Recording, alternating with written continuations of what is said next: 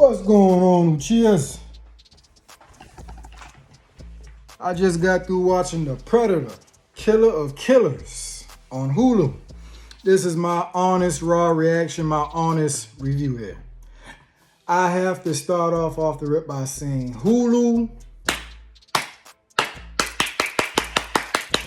give you a round of applause there. You guys actually pulled it off. You guys know what you're doing. At least when it comes to the Predator series. You guys got it going on. Oh, man.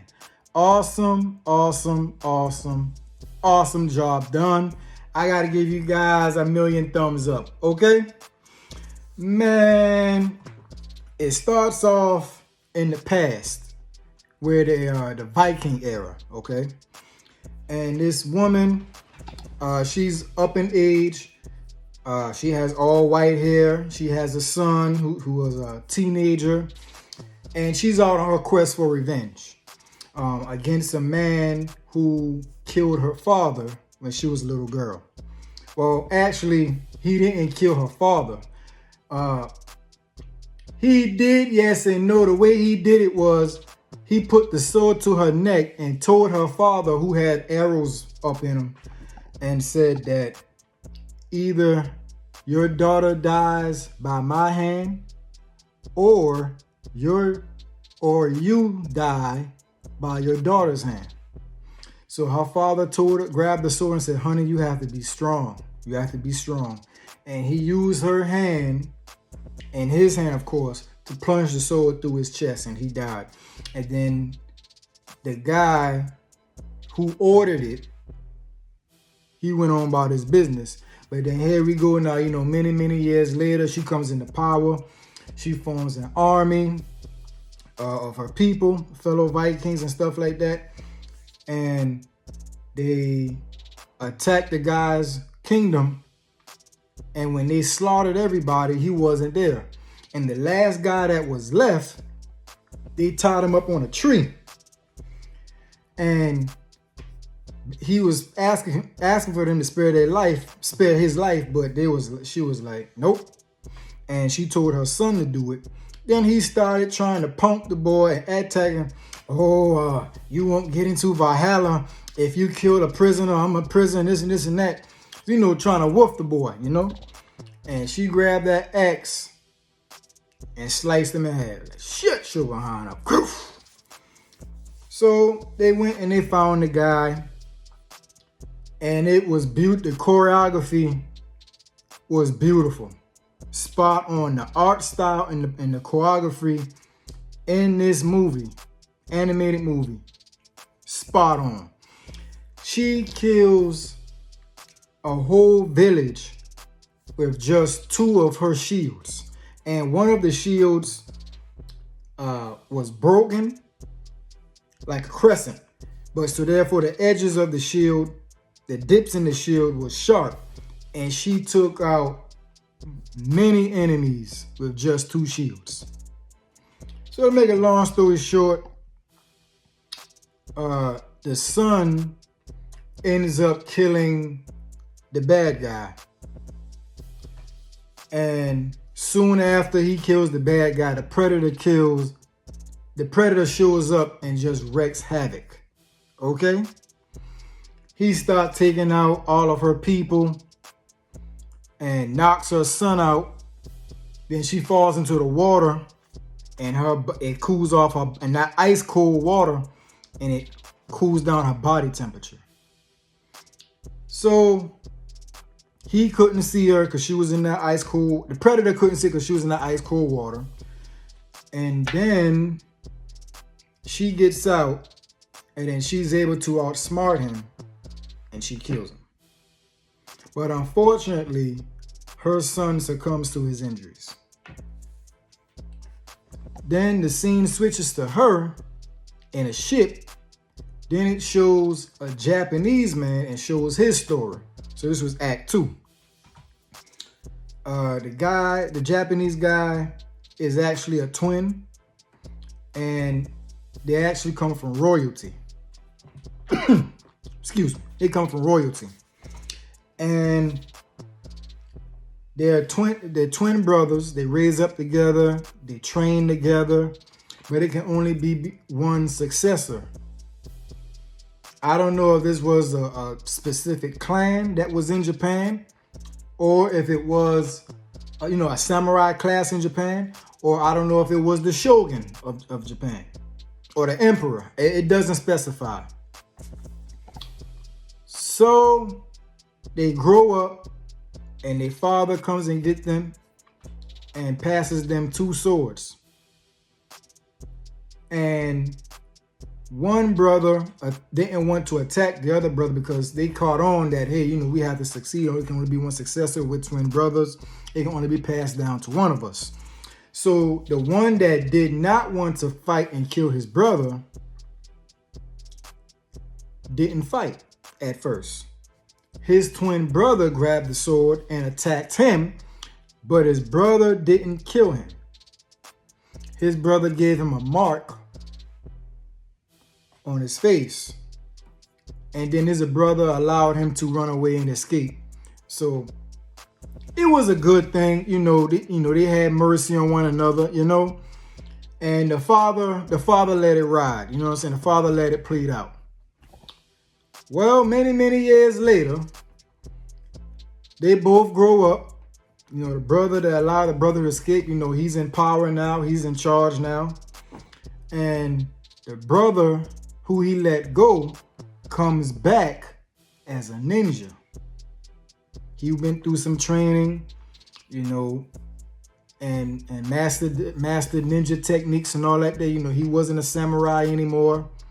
He was a full-fledged ninja. He comes back. The predator is eyeing the whole situation, the new predator for this story. And he's eyeing the situation, and he comes through underwater with a fake wood cover. He start taking guys out.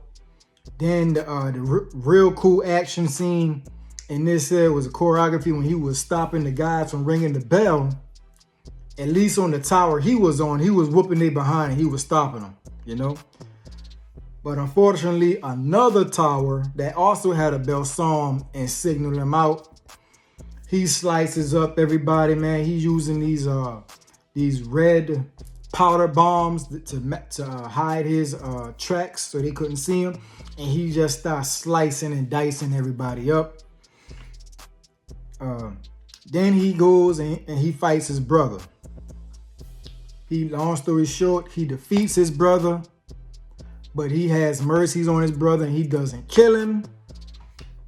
Then his brother falls off the cliff. Well, not a cliff. His brother falls off the balcony. But his brother survived, and then the predator attacked the ninja brother. After the predator attacked the ninja brother, they start going at it. The predator throwing bombs and stuff like that there at him. And make a long story short, they end up outside. And he see that his brother survived. And then they started fighting again.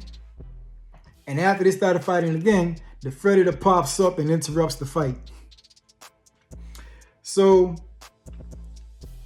the brother that survived the fall, the one that was in power, he got stabbed through the stomach.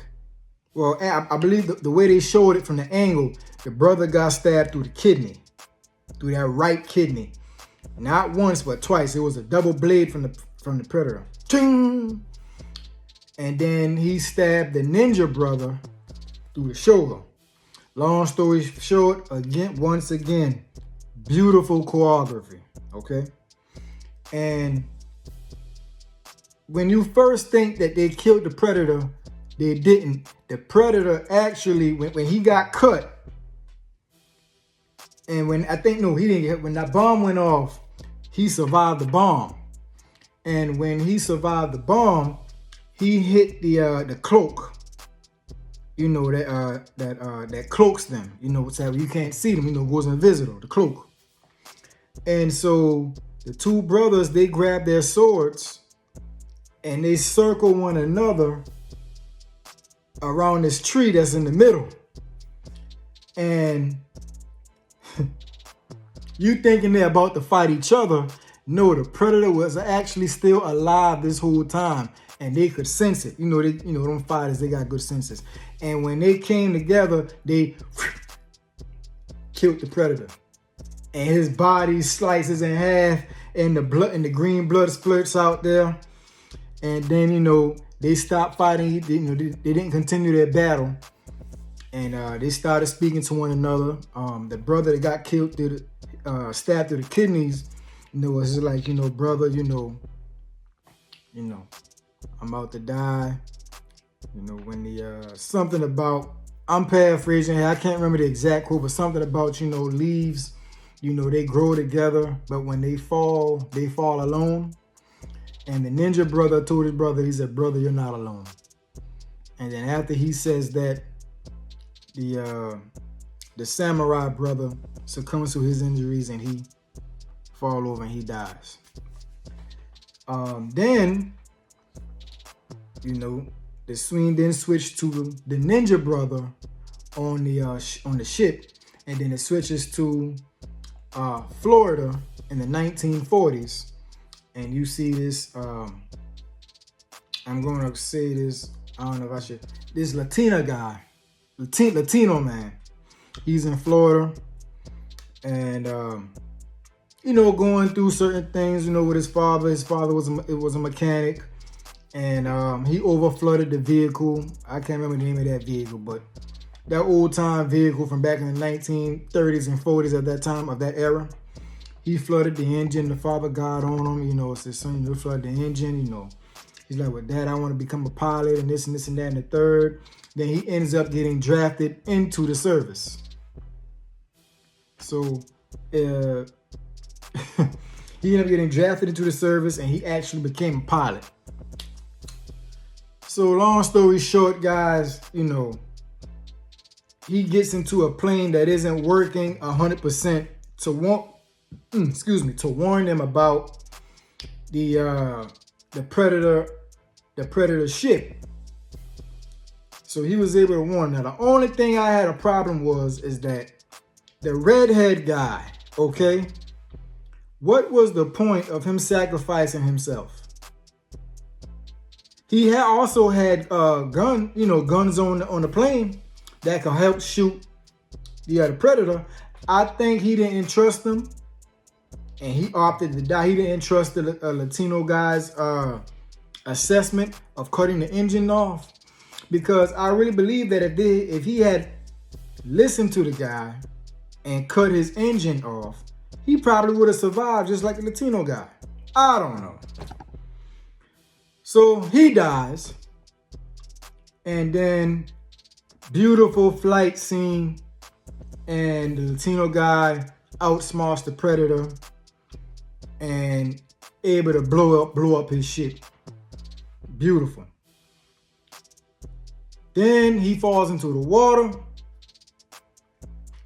and then they show him he's back in this what's it called? He's back at base, okay, and he's in this garage, and he's working on a plane, and then the predators kidnap him, put him to sleep. They all wake up. The Viking lady, the ninja brother, and the Latino pilot. They all wake up on another planet. And they have to fight. All of them had to fight. They had these collars on their neck, and then the predator tells them, the boss predator tells them, say, hey, you guys have to fight each other. So they don't. They end up working together, and they ended up getting on the plane. Beautiful choreography, guys. You got to go see it. And after they ended up on the plane, the predators, they shot another chain into that plane, or that ship. I'm sorry, into the ship, and stopped them from leaving. And the Viking lady, hey, hats off to her. She uses her shield and she glides down on that chain, and she busts it off and frees them. But then right after they got freed, the boss predator sends a whole bunch of ship after them boys and say, hey, let's go hunting.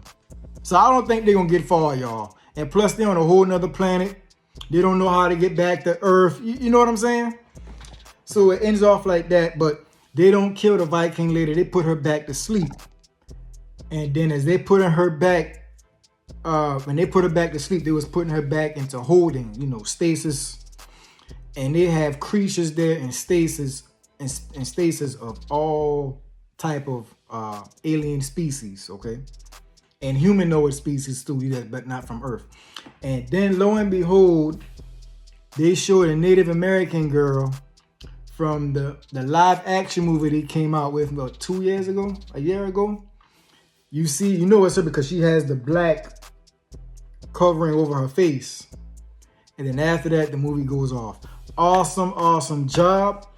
Guys, if you haven't seen it, if you don't have a subscription to Hulu, I advise you do it. Subscribe to Hulu just to watch that movie right there, okay? Awesome job. Guys, I'm gonna have to give this movie a 5 out of 5 Hooray.